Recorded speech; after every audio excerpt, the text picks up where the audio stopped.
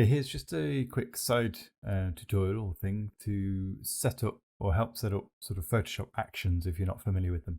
So basically it's over here, this little play button. If you don't see this, then you can go to Windows and Actions to make that visible. But when we do some bakes out and we end up with multiple maps, we want to compile those into one file, one Photoshop file. So rather than doing it every single time, what we can do is record our actions. So then it's just a click button to set that up. So if I come into my action panel here and I'll come down and I'm going to create a new folder and it'll be in my new action set. I'm just going to call this PS action set. So I'll start a new kind of action set for myself.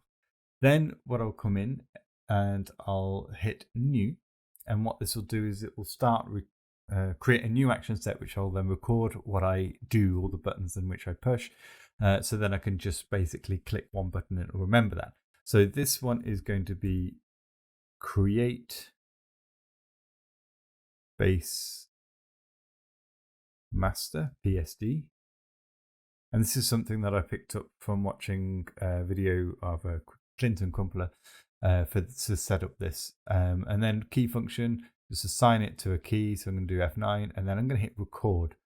Okay, and now you can see that the record is on.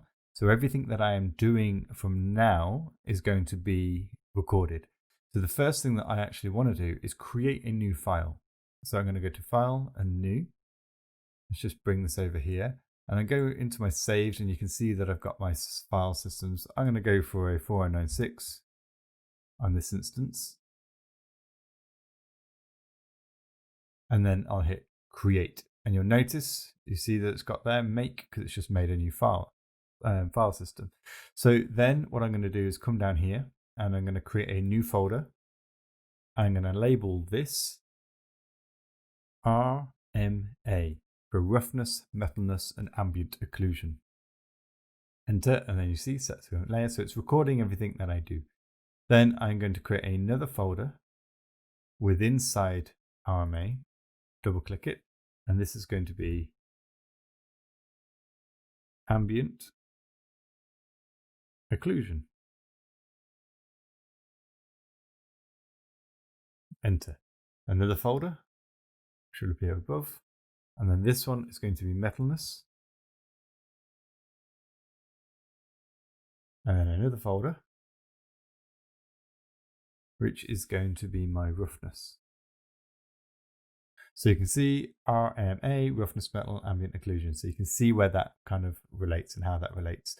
So I'll just leave that there for a moment. And then I'm going to create another folder above this, which will be my normal.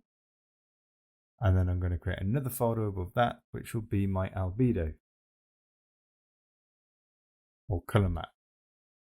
So once I've got those basic ones in place, I'm going to come down to roughness. I'm going to add in a layer inside there. And then I am going to come down to this little icon and I'm just going to go solid color. And then I will make sure that this is 50% gray.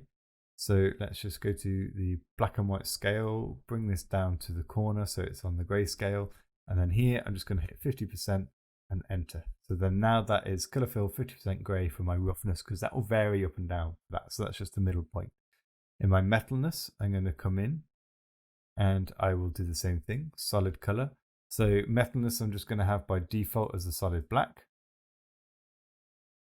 And then my ambient occlusion by default I will have as solid white, 100% white. So and then I've got my roughness with a 50% gray, metalness with black, ambient occlusion with white. So basic kind of representation of those. Then I'll come into my normal map and again I'm going to add a layer and then I'll do the same thing. Add a solid color.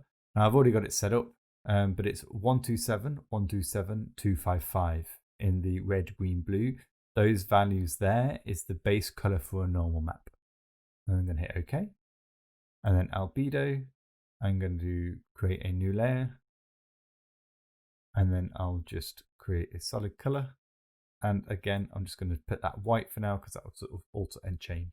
So once I've got that in place, the last thing that I'm going to do is just color code it. So I'm going to right click and give this a color. and then normal. I right click and I'll give that a color. RMAs, I'll just give that a gray for now, because then in here with my roughness, I want to just separate those out, and the metalness, I'll go in ambient occlusion, give that blue.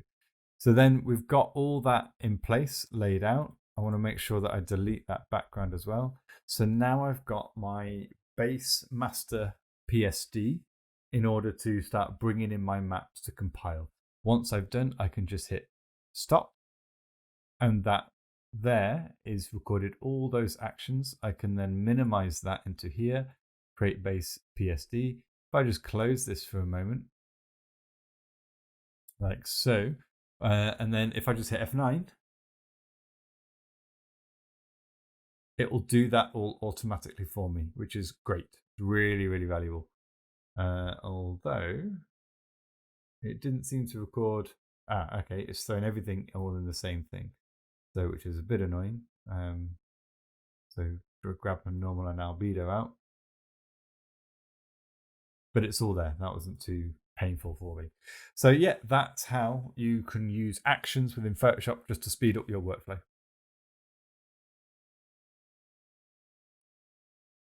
So then when I come to bring in my maps, I know that I've got them all open here, but let's just close these for a moment.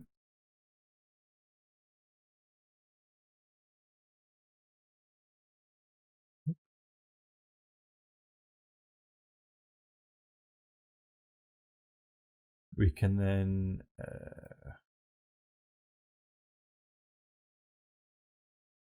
images bake. So I've got my PSD bakes here, so I can just drag that in. So that's my albedo, which I'm just going to drop into here for now. It's my color ID, so I can just drag and drop those in, and then where's my albedo 2? Drop that in. Go to my normal. Drop those into my normal.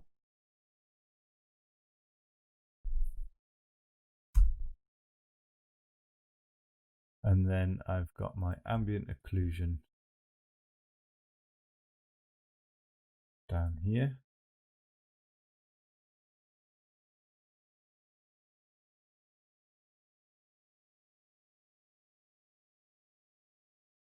Which I can drop in there. So now I've got all my maps in place. I need to combine those together at the moment because I baked out 2 separate ones, which we'll go over. We'll go over that now. So for example, I want to just make sure that my first bake is on top because this is what I want. I want to cut out the black. So I will come in, select the black areas. Shift to reselect everything else. And then for this, I can just hit delete. Okay, but it's a smart object at the moment. So what I might just do is hit mask, Control Shift I to invert, and then I'll just mask that out. So you can see that it's just combine those 2 areas together. I may need to just get rid of that pink on that color ID map, but I'll have a check about that in a moment. But with this mask now, what I can do is hold down Shift and drag that above the others. So I want to make sure that the bake 1 is on top of each one, which it is. Shift, drag, drop it on bake 1. Oops, no, Alt drag, sorry, and drop it on bake 1. Alt drag, drop it on bake 1. So then we've got our albedo, our normal,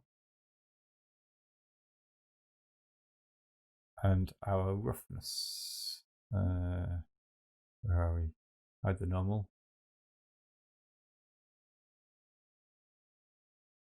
Hide the roughness and metalness for now. And then we've got our ambient occlusion. So relatively straightforward, and that's all in one file. I can save that out as my radio underscore master.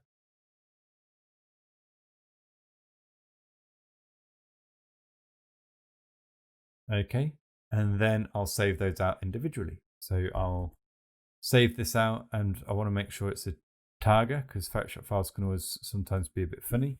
And this will be my material ID. Mat ID. 24 bits is fine. My normal map.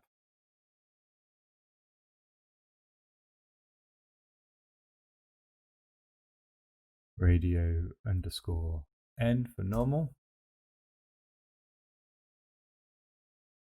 And then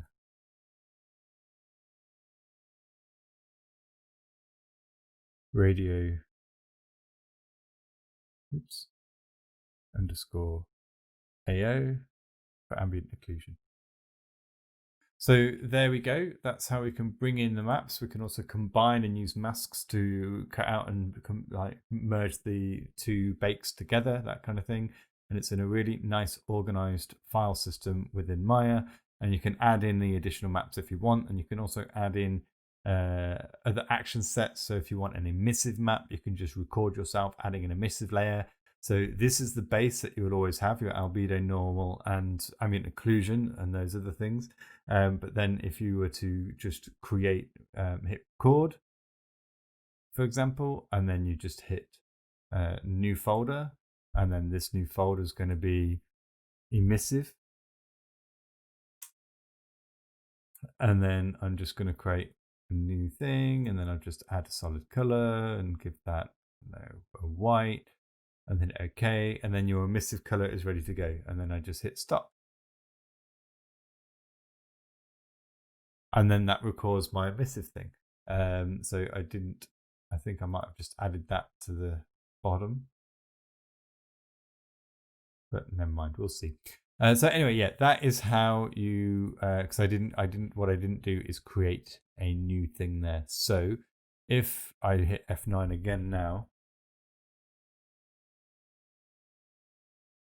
where are you? F9 is going to do that, but it's also added my emissive layer in there, and it's throwing it all in the one folder at the moment, which is a little bit frustrating.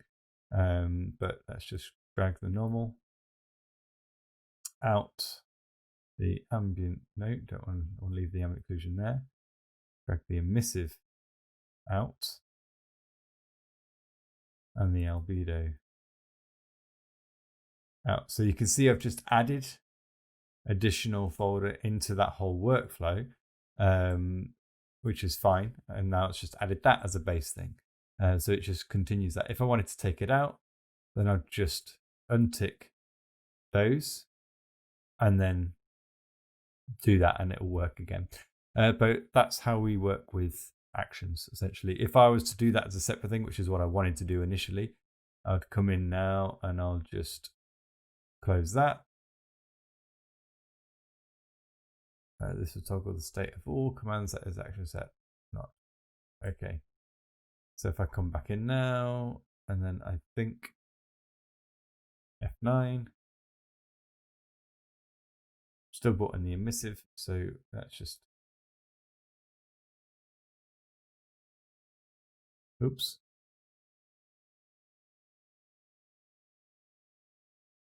Delete those sections at the bottom. Like so, and then hit F9. And then that's done that without the emissive. And then I would just create a new action and set a new thing for the emissive. That's the one thing that I did not do. So anyway, that's that there, and hopefully that will help you speed up your thing. And it's good to set up your own emissive or folder systems in place.